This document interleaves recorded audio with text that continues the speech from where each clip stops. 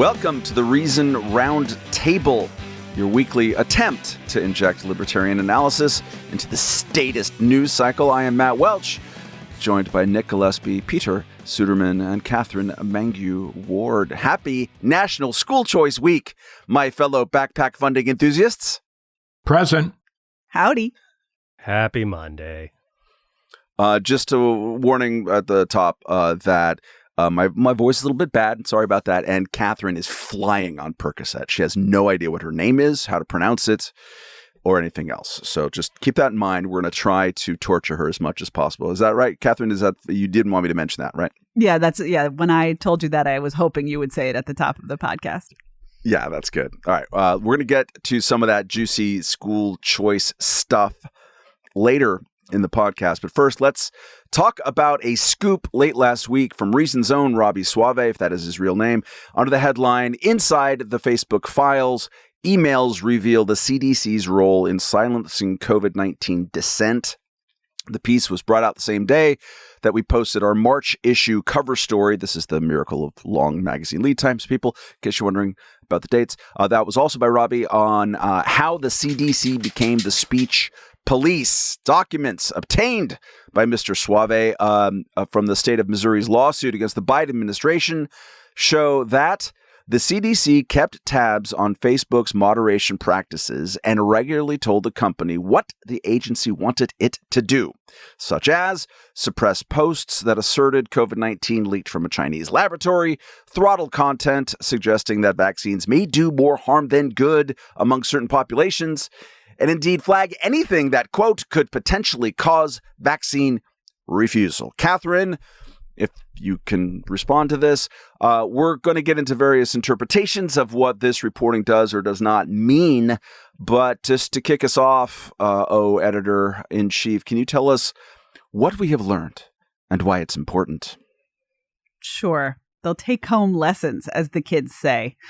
Yeah. So this is a piece actually that started as sort of a top level idea assignment. We basically said, listen, increasingly in these debates about the kind of policing of speech on social media, there's a blurring of the line between government power, bullying, what is called jawboning by some like enterprising think tankers who want to make that a thing, and then just free association. And this is, for those of us who really valued the distinction between public and private and want to make it as bright a line as possible, this has been kind of a challenging moment. And so the initial assignment to Robby was like, listen, just talk to some people about this and do a feature story that's kind of big thinky.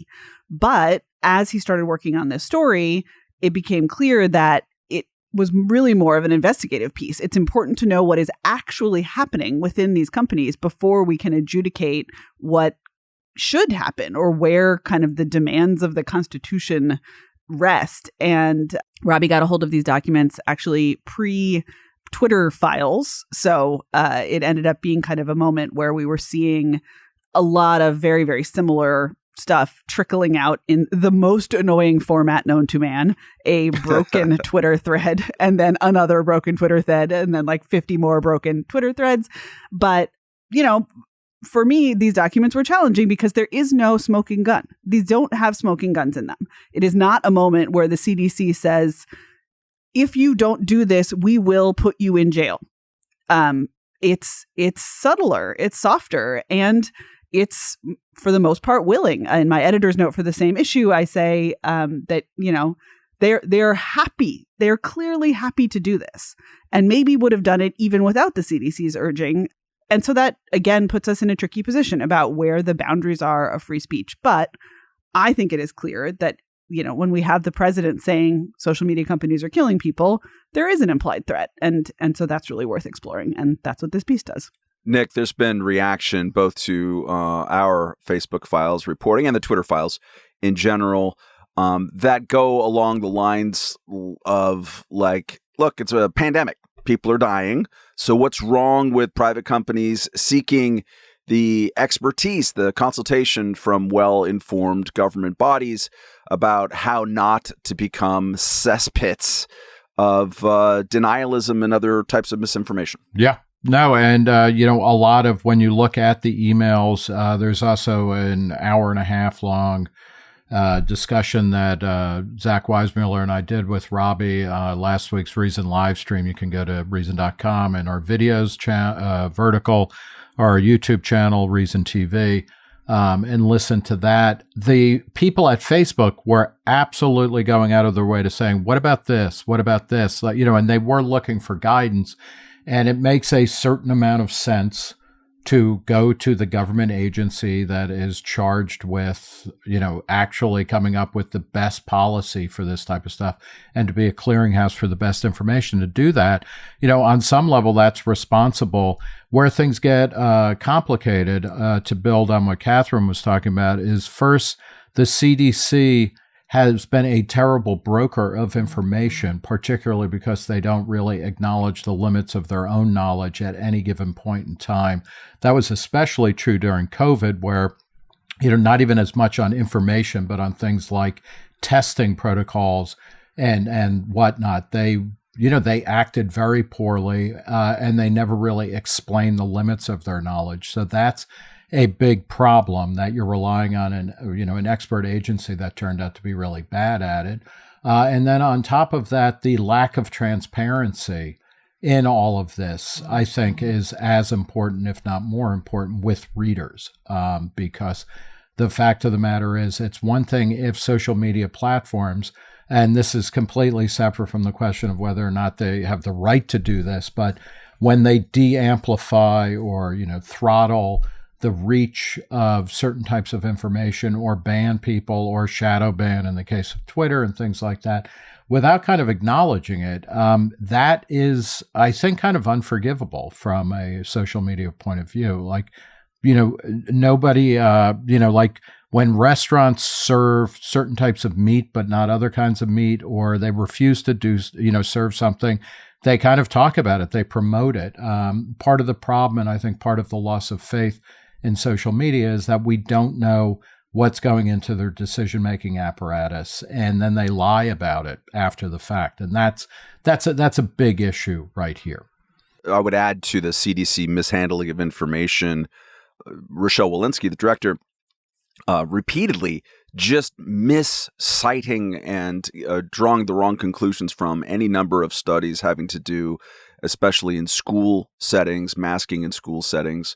Jacob Sullum has written repeatedly about this, but when you can see right there the machinery working in such a way where they're trying to maximally bolster their outcome of how they want your behavior to be shaped by misstating, to the point where the researchers who did the original studies are like, stop it, then that has a deleterious effect. Peter, building on that, a lot of this activity from the Biden administration comes from July 2021, when Surgeon General Vivek Murthy did his announced that he's going to do a whole of government, confront health misinformation task force or movement. You had the White House press spokesman Jen Psaki at the time warning that Facebook needs to move more quickly to remove harmful posts. And she was even pressuring Spotify to do something about Joe Rogan. And then, of course, as Catherine mentioned, President Biden infamously said that social media is killing people. A lot of this activity took place then. A lot of the social media companies banning people took place then. I'm going to ask you to table the free speech argument for a moment. Put that aside and put on your public health and health policy hat. From a health policy point of view, both for COVID and future public health pandemic, especially crises, what is wrong with that particular approach? Well, one thing that's notable is that much of this, the timeline that you're pointing out here, is all after the vaccine was available and after people could make choices for themselves about whether or not they were going to get vaccinated and what they were going to do with their lives. And so that was the point to me at which it was pretty clear that there was no longer a real debate to be had about what we should do in terms of COVID policy and pandemic response. And I still think that there are some legitimate arguments to be had about what we should have done in March of 2020 through early 2021, when the vaccine was not available to most people. But once the vaccine was available to most people, which is sometime around April April, May, June of 2021, right? That cluster of months, depending on exactly who you are and exactly where you live. That, to me, like, is the point at which the government should have said, here's the vaccine. Here's the evidence for why we think it's good and why it works, right? Like, this is why it's good for you. You should take it. Run ads if they want people to take it. And then that should have been that. And what's notable is that all of this stuff happened afterwards, in part because, some of the original claims about the vaccine did turn out to be overblown, right? The vaccine was not able to quickly adapt to some of the variations, the Omicron, that sort of thing, if you remember that. And so the reopening that people had expected with the vaccine coming online, we kind of reopened. And then especially in blue states and blue cities, we didn't for the second half of 2021. There were still mask requirements. There were still, in some cases, sort of limitations on stuff that people could do. And I think that was the period where the most obvious mistakes in retrospect were made. Catherine, gonna invite you to challenge your Percocet-addled brain. We talk a lot on this podcast and at Reason about Section 230, about the distinction between platform and publishing, or the alleged distinctions and that kind of thing. And we argue constantly on the side of people who publish on the internet should not be held liable for their commenters and such like. That approach, I would argue, turns a lot of websites and social media are classic of this to become essentially third-party platforms, right? So the analogy I would like you to reflect on is it not the case that some of the worst bits of worst bits of government overreach, federal law enforcement overreach, I don't know, gag orders on people to talk about investigations of their commenters happen right there in the third-party things? It's when the feds say, look, national security is making us want to crack down on bank accounts, and they go there. If that's the case, is there a useful analogy to be drawn, including in such a way to try to win over skeptics who think this is a nothing burger that the social media companies are out there trying to figure out misinformation? When governments find that third-party person to lean on, the government leans on the third parties in a way that is contrary to the spirit of the Constitution. Yes? No? I mean, I think that that portrait of the world that you just painted is why there are so many people who are libertarians or libertarian adjacent who are so hyped about crypto and blockchain, right? I mean, that feels like the place where the answer will be. Now, maybe that's wrong in the end, right? But even when you think about the power of these third parties that you're describing, there are still many, many, many more nodes, many, many more paths to get information from point A to point B than there were pre-internet. And I think that's the thing that people kind of are a little bit ahistorical about or kind of historically illiterate about when we're complaining about this. Like, it used to be that if the government didn't want something published, they only had to go beat up a couple of guys. They only had to go be like lightly menacing at the club to a couple of guys. And I think that this same dynamic has always happened. Like, jawboning is not new. It is being practiced differently right now. And so we're thinking through, well, what is the remedy? And I think it's easy to forget. We have to keep fighting these battles in the courts and everywhere about what the limits are of prior restraint, about what the limits are of kind of government using third parties to throttle speech directly or indirectly. We didn't invent this with the pandemic. We didn't invent this with Facebook. We didn't invent this with Hunter Biden's stupid laptop. And so I think it's important context. I also think that there will always be choke points, and that the fact that we are having this conversation broadly reminds us that even if Facebook or Twitter or whoever had taken a really aggressive approach, even if Twitter had said, anybody who writes the words lab leak is off our platform permanently, that would not, in fact, have stopped people from thinking and knowing and talking about the lab leak theory. And I think that's, this is where you get into this kind of like public square, public utility kind of messy argument that people want to make around the Section 230 debate, which I think is pretty misguided. I just don't think that's the right framework, because we have a public square and it's not any one platform. It's bigger, broader, much harder to regulate. Thank God. It might actually be useful to just provide a little bit of background on job owning, since that came from the 1960s and 1970s when Presidents Lyndon B. Johnson and Richard Nixon used what was then termed job owning, and that was a sort of novel term back then, to try to argue companies into reducing prices as a way of combating inflation. And so this was right. So in 1969, I just wrote about this in the magazine a few months ago. In 1969, Time described job owning as White House pressure on specific industries against specific price increases. And that was the maneuver that they had, that they felt like they could use to try to fight inflation, because they were just going to say, well, for the good of the country, you can't raise prices, even though all the prices on their inputs for these companies were going up. And then, of course, it didn't work very well. And Biden did that too with the gas prices, right? I mean, he got up there and said, "You guys with your corner gas station, I guess, and also obviously bigger corporate entities, like you're the ones who are doing the bad thing here.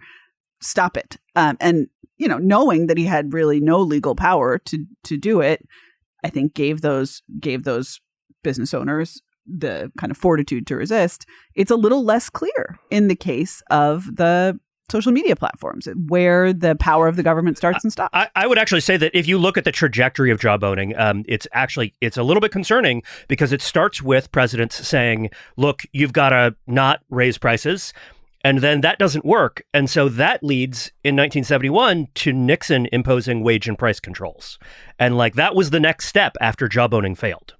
I think the big takeaway for me from both the Facebook files and the Twitter files is less about what the government was doing, because as Catherine is right to stress, it wasn't the government was saying, if you don't do this, you're going to get in big trouble or anything like that. It was actually the way in which the social media platforms, which are increasingly or oftentimes totally staffed by people who had been in government recently and are going back there at some point, the way that they were calling on the government to give them direct guidance, or please help us out with this. Or, in the case of the Twitter files, the stuff that was most amazing was the way that the internal communication showed that people were ready to make a decision and then figure out how to justify it later according to the terms of service.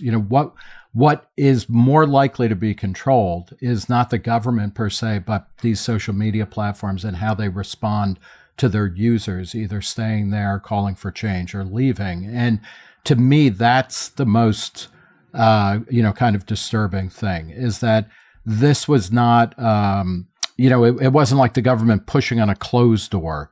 Facebook had opened the door and was saying, hey, what about this? What about this? What about this? Tell us what to do. What should we be doing? Again, some of that is understandable. They're trying to be a good corporate citizen and everything. But, the problem, I think in this case, is less government, and it's more the way these companies are run. Oftentimes at odds with what either the founders or even the main executives want out of this stuff. Nick, I think that's right. I mean, in some ways, right, the hard thing for libertarians to reckon with here is that these companies are staffed by ex-government employees and people who are quite to the left of the average voter, who believe that government is good and knows best, and they are and so they seek out this information. It's in many cases, it's not bullying. At the same time, it's not just that President Biden has said that these companies are literally killing people, or whatever it is that the quote exactly was. It's that top White House aides are saying things like, certainly they as in social media companies, should be held accountable. You've heard this president speak very aggressively about this. He understands that this is an important piece of the ecosystem when asked about Section 230, which is an important liability protection for online companies as well as for individuals. And so there are, if not explicit threats being made towards specific companies, there is certainly open talk about changing the law because the sense is that social media companies are doing wrong. Catherine, you were butting in there for a second. Basically, to make the same point, that I really do think the background noise of potential, change in the legal system can't be disregarded here. And that was why I initially made this assignment to Robby, a few months back, was how do we capture that? How do we think about that? When there are always a couple of bills floating around Congress that threaten to change the legal status of the speech that is happening on these platforms and change the liability that the platforms might bear, it's just not right to say, the problem is the ideology or the culture of these companies alone, because it doesn't exist in a vacuum. And this ultimately is the case for smaller government, right? You can't predict the ways in which just a big, powerful, sort of chaotic state will change behavior.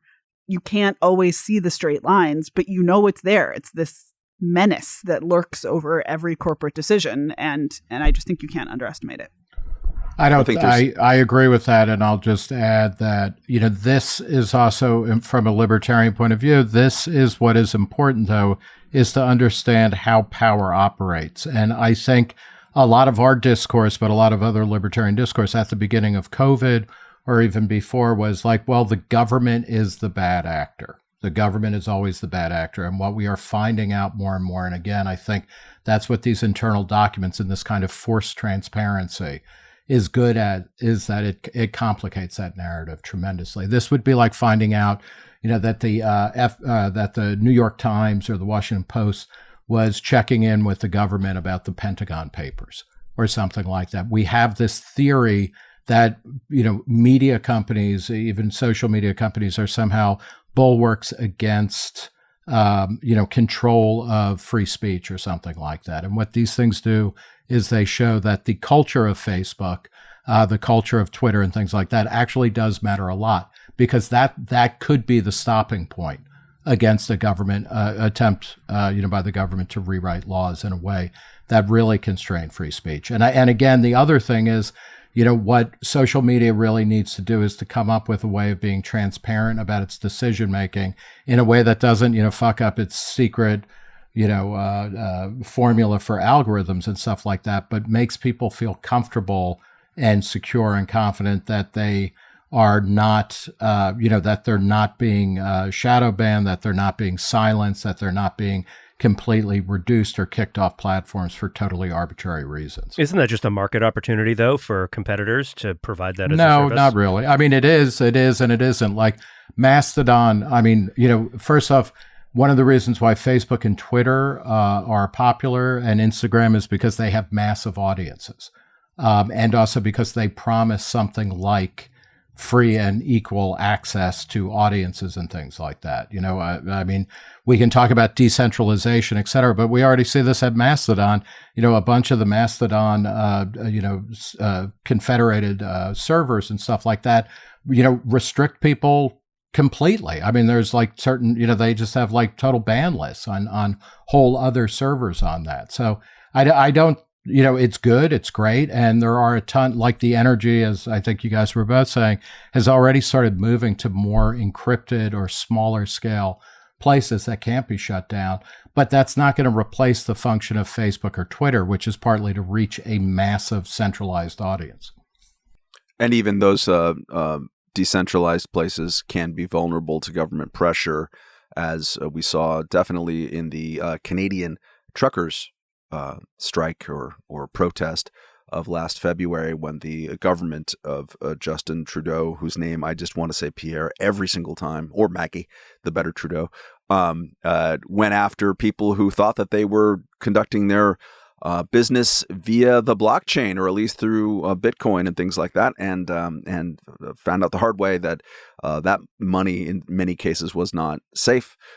So yeah, they'll find ways. They will probe the defenses. One possible observation, knitting together all three of your points of view, is that There's a cultural component here. I'm thinking of like, why was jawboning created? And of course, I haven't read Peter's feature, and I'm not necessarily soliciting an answer from Peter at this time.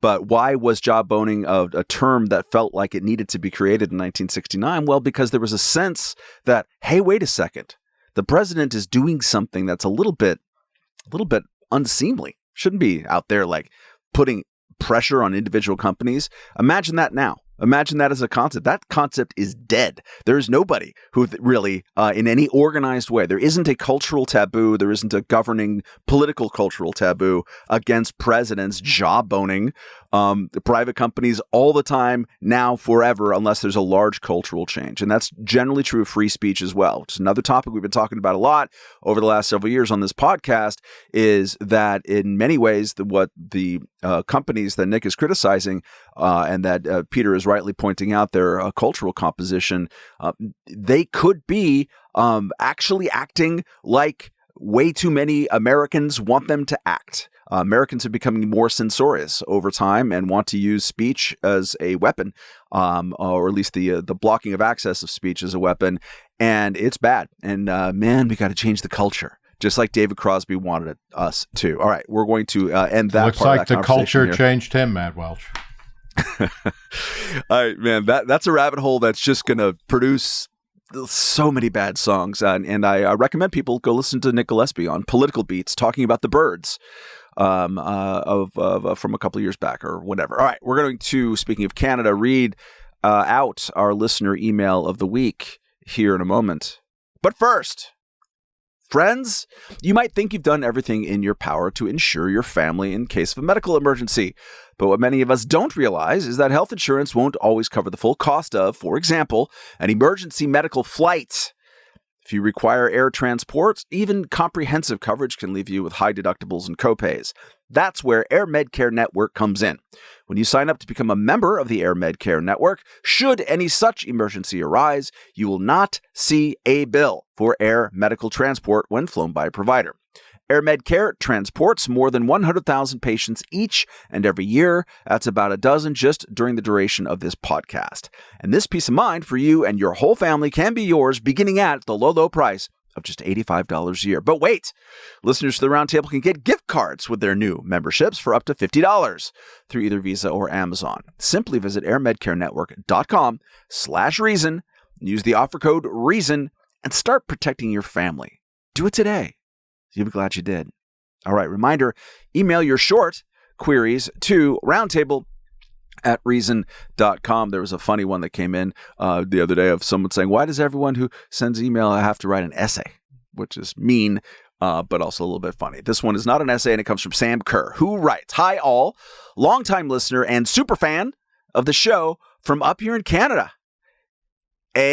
Enjoy hearing a libertarian perspective that is so absent from 99.5% of our discourse. I appreciate the decimal accuracy there. Does the Roundtable have any thoughts on current Canadian politics, particularly the ascendancy of the kind of libertarian Pierre Poilievre, that's how you do it, to the helm of the Conservative Party to challenge Justin Trudeau?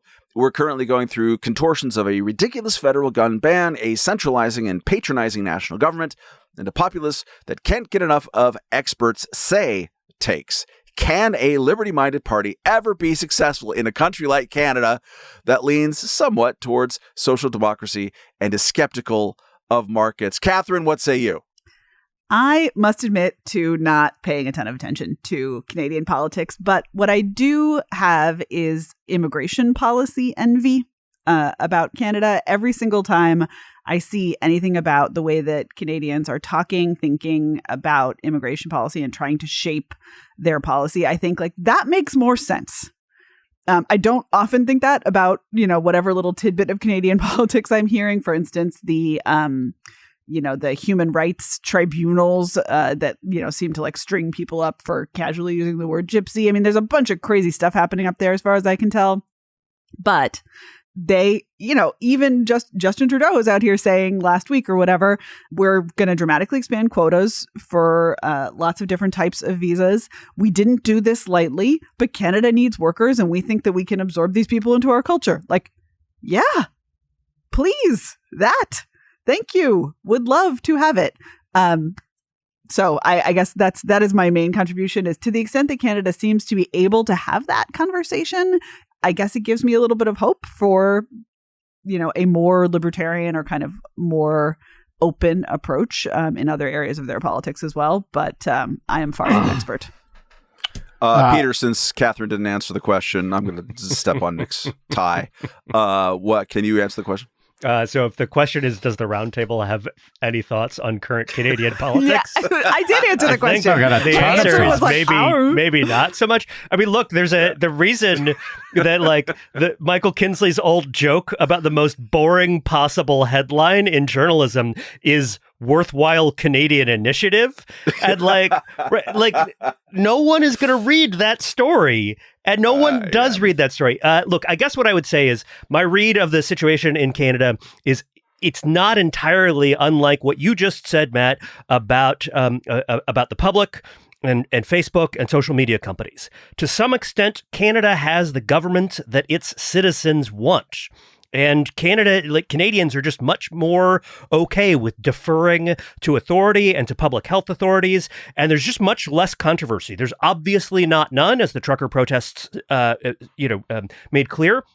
At the same time, culturally, Canada is just much more sort of okay with the government's going to make decisions, and then you won't be able to do some stuff, and some people will have to do some things that they might not otherwise have done, and taxes will be higher, and most of the the healthcare system will be run by the government, and that's just how things are going to be. And to the extent that reformers can make a difference, I think it is that it is not going to be primarily on a sort of big ideological sort of case for reforming government. It's going to be on practical initiatives that actually make people's lives better, and that can be demonstrated to make people's lives better.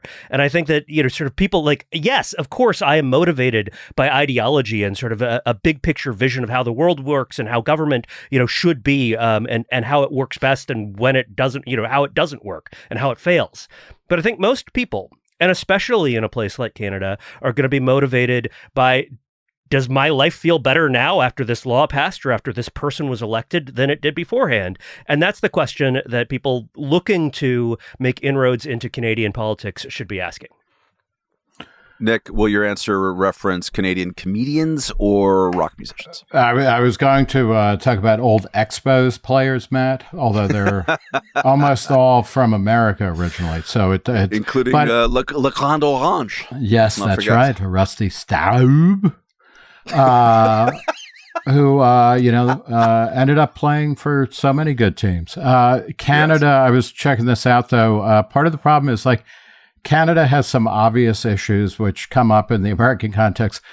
Canada, according to the Heritage Foundation, which would have every reason to put down Canada, Canada is 15th on its index of economic freedom. The U.S. is a lowly 25th. Canada is the best country in the Western Hemisphere for economic freedom. According to the Heritage Foundation, they pioneered national weed legalization. They're great on drugs as well as immigration and a bunch of other stuff. So they had basically a third the number of people per capita die from COVID as the U.S. So, they didn't have the economic crisis that we had in 2008 and things like that. Canada's doing a bunch of stuff right. It is a destination country for a lot of really talented immigrants and people from around the world. This guy, and how do you pronounce his name, though, Matt Welch, the Canadian politician? Do it Poilevre. Okay, very good. He sounds dynamite, though, because he's pro-crypto, he's pro-immigration, he's pro-choice, he's anti-vaccine mandate. I wish he would emigrate to the United States and change the Constitution and become president here. I think that Canada, the wheels are somewhat coming off of their healthcare system, but that has become a point of national pride. He's also against the doctor-assisted suicide law in Canada, which I think is interesting. There's a lot of weird shit going on about that. But as Canada starts to supplement its fully state-owned, no escape healthcare system with market informed alternatives, I think this guy has a real possibility. But I mean, what he's going to be doing is taking Canada from good to great, and that might be harder to do than a failing country like the United States from bad to maybe passable. But Canada is not as bad as we like to think when we hold on to one part of the Canadian moose and say this is the whole thing. I'm just heartened that a semi-libertarian leaner politician up there has a French surname. It's usually from the Edmonton type of people who come up with that stuff. I would commend people to read our Dynamite, I believe, November 2010 issue, How to Slash the State, featuring the horrifying fingers of Catherine Mangu Ward. It's in literally in 3D. Literally in 3D. And there's a piece there called It Can Happen Here, in which people talk about various case studies that have happened where government spending has actually been reduced in semi-normal countries. And one of those cases was in Canada.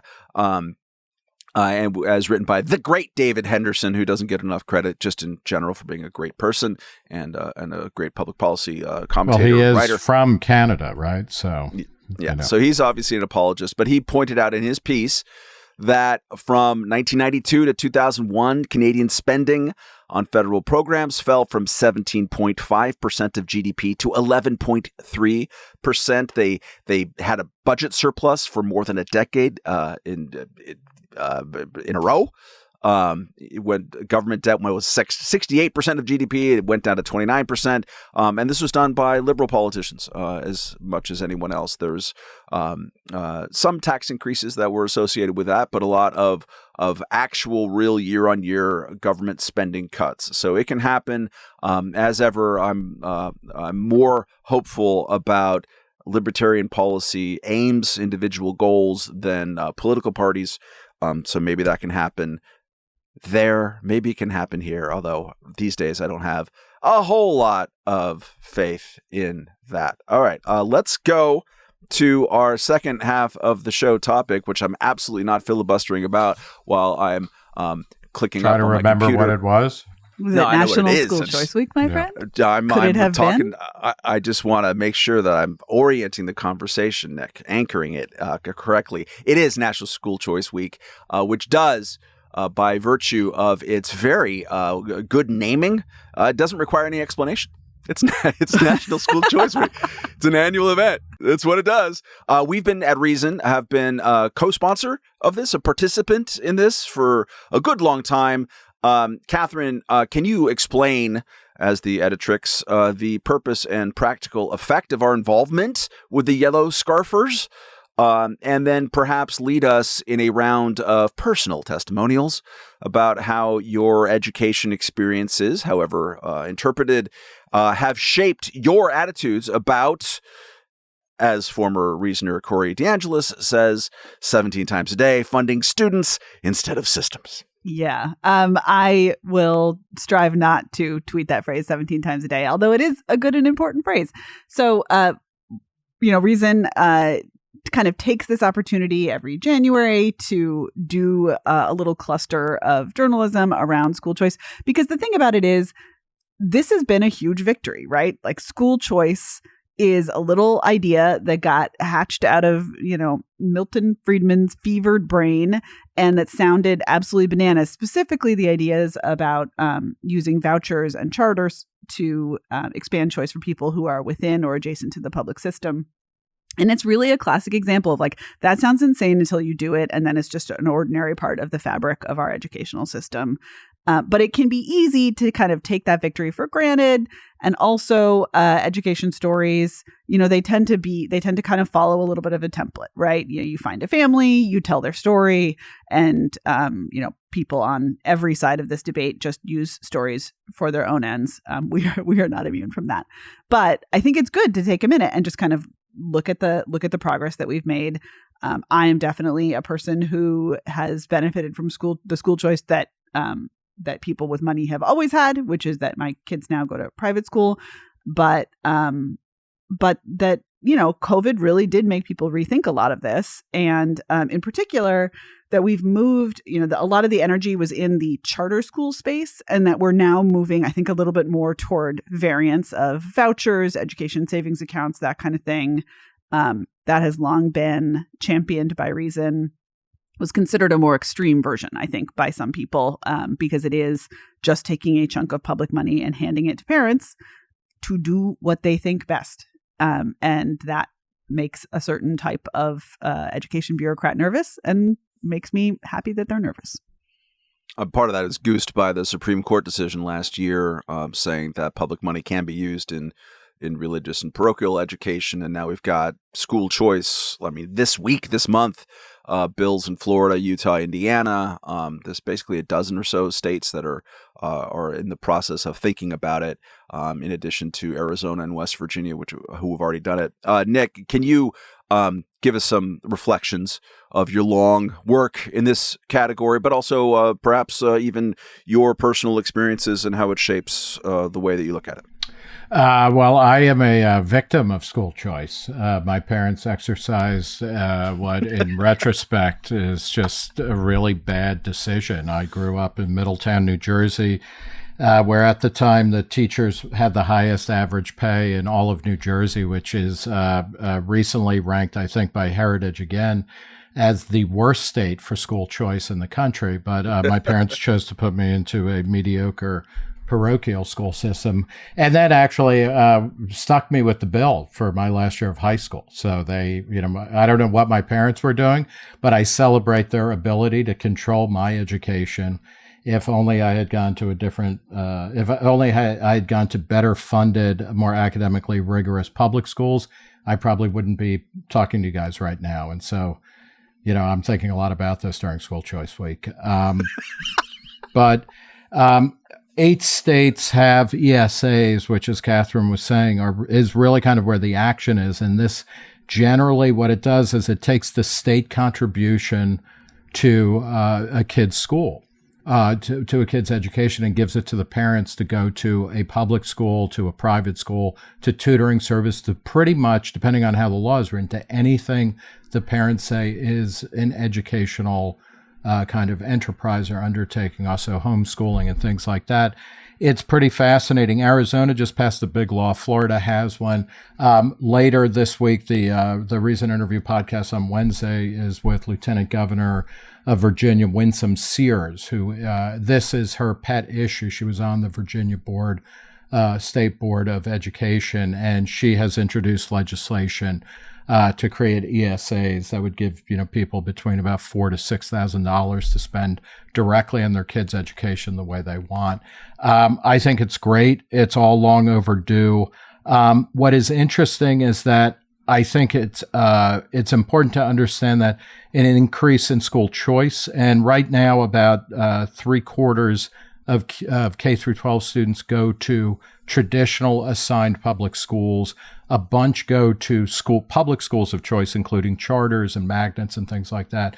About 10% go to private schools. But when we have universal school choice, this will be like when we have universal choice in religion. It will not mean all of the conversation will go away. It will just mean there will be many more interesting and diverse conversations that will inflame the passions and whatnot, but people will be able to actually, live the vision of education they want for their kids. The kids will also have a say in this. So it's all to the good, and it's one of the most exciting pushbacks against kind of Leviathan over the past in the post-war era. We took the number of school districts from over 100,000 to about 12,000. I mean, there's just been massive centralization in K through 12 education over the past century, and that's starting to break up. And I think people who are interested in decentralization and individual control and experimentation should be very excited by school choice. I will say also that the kind of shift in the debate about school choice has also just moved the focus of those who would control education. And I think that's kind of, looking ahead to the next 5 or 10 years, that's what I think Reason is going to be covering is, curriculum wars, the sort of need to increasingly specify from a high level of government what can and can't be taught in schools that receive government money, because of course that's the famous way that you get your thin end of your wedge into private institutions, as we've talked about in many, many areas. And also, to the extent that charters need to receive a charter and have that charter renewed, or that vouchers will need to go to a approved list of schools, the fight's just going to shift there. So I do think school choice is a good thing, and sometimes a literally a life-saving thing for some kids. But I also worry about it's authoritarians all the way down, and so there's just always going to be a new place to fight about who controls the contents and kind of mode of education, and that we're in a moment where the location of that fight is shifting, and that's worth keeping an eye on. Catherine, even as you're saying that, it occurs to me, there's been the Democratic Party on a national level in 10 years has really flipped on charter schools in particular. Back then, Barack Obama's Race to the Top was about, it's a smallish program, but it was trying to incentivize school districts to be innovative in producing new kinds of schools of choice. And now it is a litmus test where if you have any pretense of running for president or some important thing, you have to be vociferously against charters. Bill de Blasio, former mayor of New York and a really dynamite candidate for president, said, he's of Canada. Dude, tried to run for Congress in my district or nearby and for a hot minute and was in 5th place or something and then dropped out. It's amazing. But anyways, he went in front of a bunch of Democratic presidential aspirants in 2019, went in front of a big education teachers union conference, and he pronounced that he hated charter schools. And in New York State, where I live, and this is all approved at the state level, there's been a pretty strong enforcement on a cap of the number of charter schools. And just by doing that in Democratic polities and the huge shift that has in Democratic things, I think that is pushing more people away from any kind of publicly funded system. That exercise of control is just pushing more people out. It's a kind of classic consequences, unintended and otherwise. Peter, do you want to reflect on your yellow scarf and your personal experiences that make you treasure it, or in Nick's case, hate it? Sure, I love scarves. Just kind of winter weather in general. Give me a sweater and a scarf of any color, and I'm happy. And that's what school choice is really about. Good scarves. The swag. Yeah. I will say, as a branding campaign, National School Choice Week, they have this very bright yellow color. They distribute scarves and signs, and they learn a little dance. There's a little dancing part to it. It's like the doll in Megan. Yeah. No, look, the premise of conventional public education is that one size fits all, that basically every kid in a defined geographic area should have something like the same experience with something like the same curriculum. And I went to a public school, and I can tell you, one size does not fit all. My experience was not entirely bad, but so much of it was just a huge, obvious waste of my time. And I made that argument at the time, and it was true. And I didn't learn anything from many, many, many of my classes. Now, partly that was because I intentionally set out not to learn anything. I just didn't pay attention. I read books that I wanted to read and wrote things that I wanted to write and sort of wasn't particularly involved with it. But the stuff that I was being sort of tasked with learning, in particular, the sort of core educational requirements of the state of Florida in the mid-1990s, was just a bunch of obvious nonsense, especially for someone who had very clear interests and abilities. And so the parts of school that were good were, for the most part, the parts that I got to choose, in particular the band and acting programs, the extracurriculars, though they were part of my daily school day. I had an hour of band every day, and then I had an hour in an acting class my junior and senior years. And those were the parts where I actually learned something, in part because I was invested in those things, because I had chosen these were the classes that I thought were important and interesting, and I wanted to succeed in them. And so I think this is so much of school choice. We talk about this is better for families where they get to sort of pick it's just better for students when students who are not necessarily motivated by a traditional, conventional sort of here's your sort of core courses education, when those students get to pick the things that they want to do and are actually personally invested in it. And so I think we can do a lot more to motivate kids who are not necessarily doing super well at school. And I say that as someone who was not a great student in high school. If I had had more opportunity to be involved in picking and sort of and sorting through what I got out of school, then I feel, in my experience, the parts that I was involved in were the parts that I was just much better at and that I got a lot more from and that I succeeded at. Matt, if I may, other video products or that are coming up for National School Choice Week or School Choice Week. We've got a video that I did with Justin Zuckerman about 3 great fictional schools that we all wanted to attend, which gets to some of what Peter is talking about. And it is kind of fascinating. I've long been amazed at this, that we take for granted that school is a version of prison or Orwell's 1984 that you suffer through. And then instead of doing it different for your kids, you kind of replicate that system, which is not serving people particularly well. You mentioned New York State, Matt. Last year for School Choice Week, we did a video about, based on Reason Foundation report, New York State spends on average $30,000 a year per student, and their kids are so far below competency in reading. It is astonishing. There is no way you couldn't give every fucking kid in New York $30,000 and tell them to be reading at a senior in high school level at the end of that year, even if they're 4 years old. But schools get 12 whacks at that and fail. But then we also have a great live stream, Zach Weismuller and I, on Thursday with Robert Pondicio, who is an education analyst at the American Enterprise Institute as well as the Fordham Institute, actually taught in the South Bronx in really tough schools. And he is an absolute champion of school choice, but is also a critic of the way that most schools of choice are run. That's going to be an electrifying conversation on Thursday. Just building on what you just said, Nick, strikes me just about the pattern following and also the $30,000.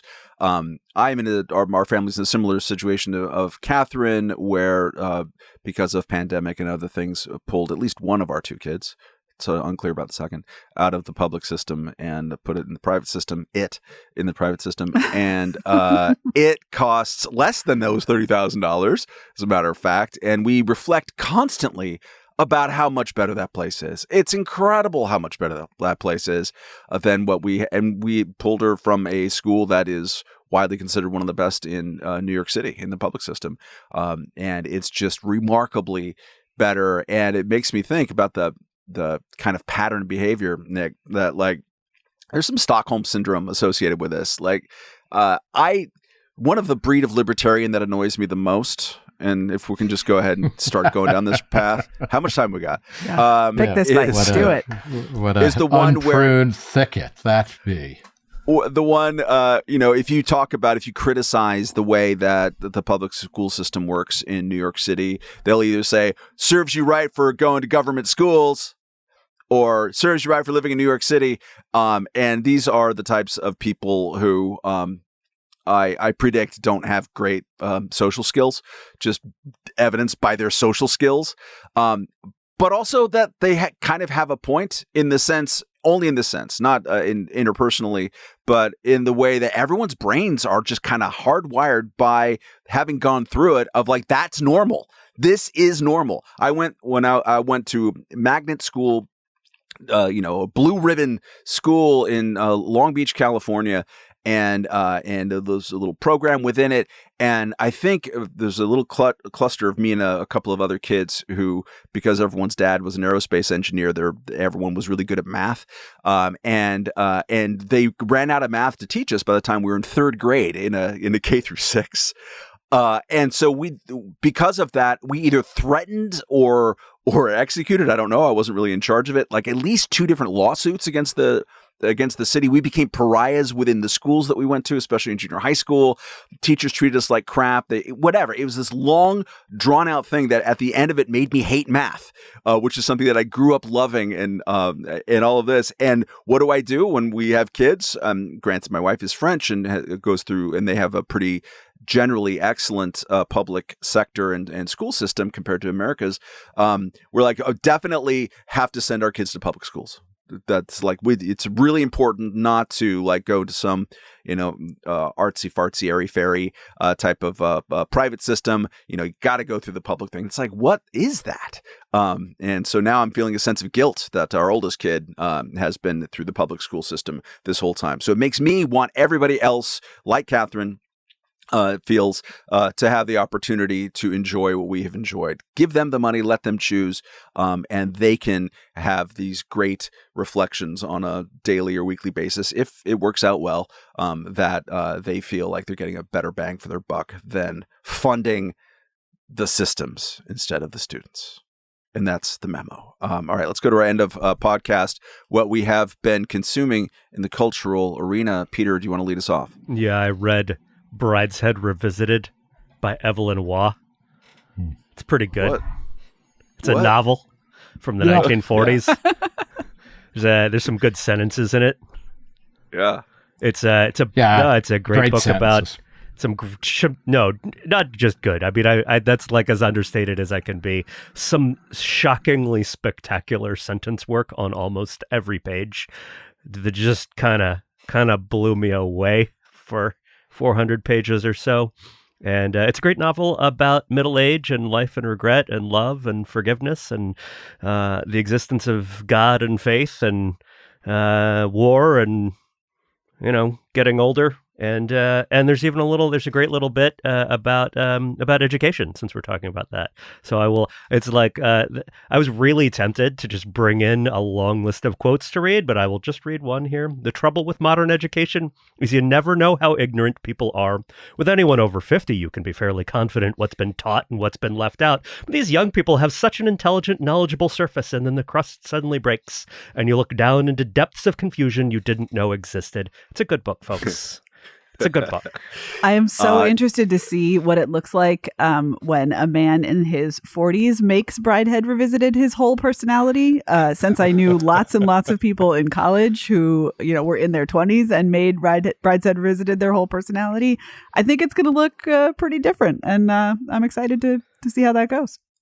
I'm glad that you brought that up and recommended that, Peter, because I've always judged that book by its title and thought, costume drama, enough merchant ivory. It starts out with a 39-year-old divorced guy, like looking back on his life and comparing his time in the army to a marriage that is obviously ending, but has not yet ended, and sort of the deadness of it all, and just sort of the going through the motions of it. And then he goes back to his college life and starts to look back on his friendships and his connections with this one sort of family. And it's very sort of aristocratic, British conservative, nostalgic, right? Like, this is not a libertarian book in a lot of ways, right? It is just sort of about the British upper crust and sort of what was lost in the early part of the 20th century. At the same time, its vision of a good life is incredibly compelling, and the artistry behind the creation of the thing, the object itself, sentence by sentence, it's so immaculate and so perfect that I just sort of, I couldn't help but fall for its vision of the world, even if it's not one I fully agree with. I was put a quick word in for the Jeremy Irons Brideshead Revisited thing, which is clogging up the internet somewhere. But I read Collaborate, How to Build Incredible Collaborative Relationships at Work, Even If You'd Rather Work Alone, by Deborah Mashik, who's a research social psychologist, who was the first executive director of Heterodox Academy and is now a consultant. This is a wonderful book that's out tomorrow. I know Deb, I consider her a friend, but for all of us who live in a distributed workforce and have to work with other people, I highly recommend reading Collaborate. Not crazy about that title. But it's a very good substantive book. about how to work well with people, because we all have to. And part of what she's talking about here is that we have to work more and more with other people, no matter what your job is, but we do it at a remove, so that the older forms of kind of collaborating in person have given way to kind of asynchronous kind of communication and collaboration, which makes it so much more difficult to do that, because Slack, email, even Zoom calls and things like that are just relentlessly flat media through which to, kind of get shit done. So I recommend Collaborate by Deb Mashik. Catherine, you held your tongue remarkably during that little presentation. What have you been consuming? I was so brave, Matt. Thank you for giving me a cookie. I read, like Peter, for some reason, I sort of dipped back into the classics. I read Sulla by Toni Morrison. It's her second book. It was published in 1973. And I read it in high school. I was assigned it in high school. Took absolutely nothing away from it. Speaking of education where you just waste your time because you're not the right person for that curriculum in that moment. Reread it just now and was blown away by the sort of intensity and beauty of this book.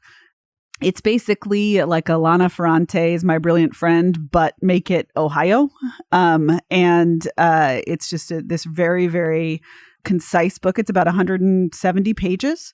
And yet manages to be an intergenerational saga about, the economic fate of a town and female friendship and love and family and violence and murder. And it's so, there's so much in these pages that it makes me want to take this book to the authors of other intergenerational sagas and be like, do this. You don't need 800 pages. Toni Morrison didn't need 800 pages. Here, be like Toni.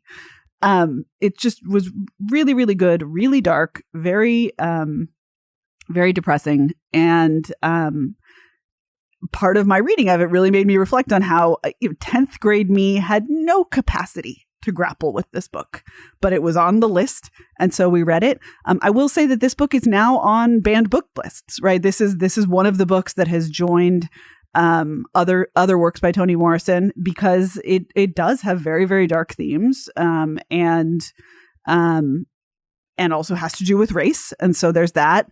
The fact that it goes from mandatory to banned and back again speaks to, at the very least, the fact that maybe we shouldn't have a central repository for that sort of thing. I really, really recommend it if you think you know how you feel about Toni Morrison because someone made you read it in high school. This, I think, is a good book to try again. There's also a wonderful foreword, at least in my edition. I'm generally anti-forward. I am team skip the forward. But this one talks about how she struggled with the fact that people expect Black authors to be political. And then she wrote this book that was not political. And then everyone reviewed it politically. And how disappointing that was. It really sets the tone to read the book, I think, in the right mindset. And so if you can get the edition that has kind of the green cover with the swoopy gold lettering that has this forward in it, I would say go for that one in particular. I also strongly recommend the foreword by Waugh to Brideshead Revisited, where he talks about having written this in the wake of World War II deprivations and shortages. And that is, he sort of blames the book's gustatory lust for life, which is part of the pleasure of this book, is that there is so much food and drink and drink and drink and drink described in this book so well that, and in part he says it's because it was written coming out of World War II's shortages and the inability to have things. And it's a wonderful book about about small physical pleasures, especially those that you can consume. I yesterday did not read a book, either new or ancient. But rather, I had a couple hours to kill in Englewood, New Jersey. So let's talk about my life choices that got me to that moment. And so like, all right, what am I going to do? Let's go visit that thing I've always driven by and heard about in New York City. And never went there because it has a weird name. The Cloisters. Oh, yeah. The Cloisters, people. Oh my God, Matt, you're becoming so Catholic. It's killing me. I'm not becoming Catholic. I'm becoming objectively pro really cool art and random places that don't make any sense, even after you've had it explained to you. So this is at the absolute top of the needle of Manhattan. It's on a hilltop overlooking where the Hudson and Harlem rivers conflude. And it's this place that so some dude was a collector of medieval religious artifacts and art. I'm sure he stole stuff too. Who knows? And he had a place in Manhattan. He's a rich guy, and he called it the Cloisters. And then he was getting old, or maybe he died. And so my history is really good. And then John D. Rockefeller came in and said, hey, we should make this into like a public museum. Let's gather that stuff, collect more like it, and let's build a place that looks like a monastery up on a hilltop above New York City and put it all in there and put all other types of weird art, from kind of the 12th century up to the 16th or 17th century. And it's just really a spectacular setting, and the level of like the wood carving detail. If anyone follows me on Instagram, I have a couple of spreads on the art in there. It's really remarkable. It's great. It's I've been to a lot of churches in Europe because that's what you do when you're in Europe and you're an American. Let's go to the church.